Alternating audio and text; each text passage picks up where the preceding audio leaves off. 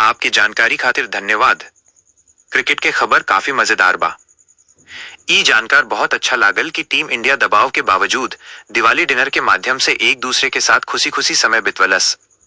रोहित शर्मा आ विराट कोहली के खुश चेहरा देख के फैंस के मनोबल भी बढ़ल हुई।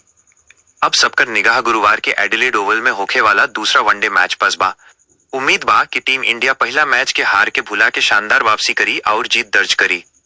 स्टेडियम के पूरा भरल रहे के खबर भी मैच के उत्साह के बढ़ा रहल बा। हम भी कामना करत बानी कि टीम इंडिया विजयी होखे। जय हो टीम इंडिया।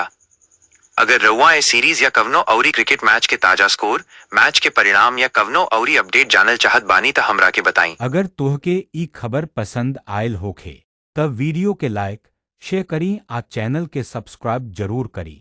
हमनी से जुड़ल रही अब भोजपुरी स्पोर्ट्स शो, जहां क्रिकेट बोलेला आपन भाषा में।